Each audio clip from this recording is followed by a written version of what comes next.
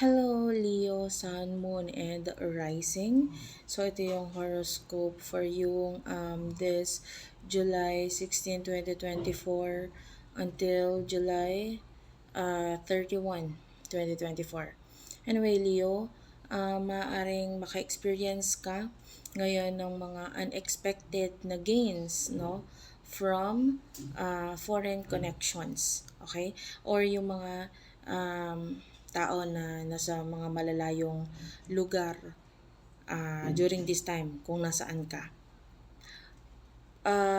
Pero, of course, kailangan pa rin mag-ingat pagdating sa iyong financial investments because high chance ang the higher the risk, no? The higher the loss. And medyo unclear pa ngayon kung ikaw ay may makukuha or magiging maganda ang result nito. So, medyo mag-ingat pagdating dito sa bagay na ito. And pagdating sa iyong health, be careful kasi maaaring may mga issues na lumabas ngayon, particularly with regards to your eye or problems with your vision. Okay? And also, this is the time na medyo mag-ingat ka pagdating sa mga manloloko dahil maaaring ikaw ay lapitin ng mga manloloko ngayon. O, maaaring yung hindi lang yung health mo ang maging focus mo ngayon, but also with regards to your father during this transit. Yan. Maaaring kailangan ng support, no, with regards uh, sa kanyang health din ng iyong ama. Now, this is the time na magandang magkaroon ng bagong pagkakaabalahan lalo na sa iyong fitness or sa iyong diet.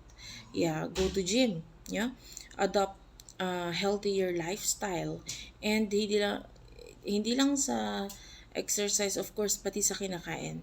You have to take note na ito ay pwedeng bigay ng tulong sa iyo. Also, this is the right time para ikaw ay maging organized pagdating sa iyong work. Okay? Possible ang financial gain kung ikaw ay magpaplanong maigi, no? And be careful sa pagpaplano. Pagdating sa iyong personal life, maaaring maging priority mo is, self-care.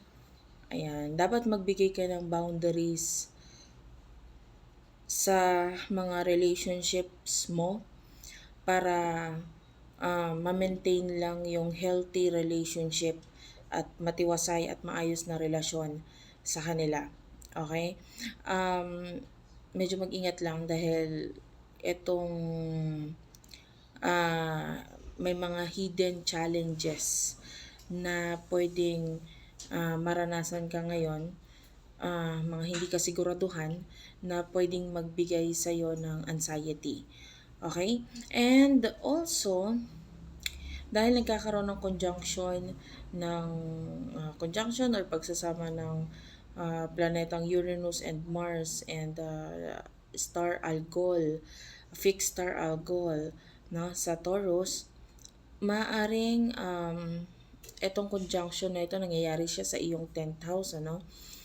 Ito ay may kinalaman sa iyong reputation, public persona, sa iyong career. Okay, maaaring may mga biglaang pagbabago, shift, or also disruptions and or opportunity sa bagay na yan pagdating sa iyong professional life. Itong mga unexpected changes na ito ay pwedeng magbigay ng advancement para sa'yo. And kung ano man yung mga ambition mo or gusto mo talagang mangyari sa buhay mo, ito na yung time para gumawa ka ng hakbang para ma-achieve mo itong mga bagay na ito. Okay? So, yeah, pwedeng yung iba may changes sa work, career, or pwedeng problem within the work or career, na pwedeng ito yung maging dahilan para magkaroon ng changes, magbabago. Pero this time, mangyayari man yung pagkawala, pagkakagulo, or disruptions pagdating sa bagay na yun. Pero iyon ay mangyayari para magkaroon ng better opportunity and mas magandang future para sa'yo because there's growth for you after nito. Okay? So, thank you very much and bye-bye.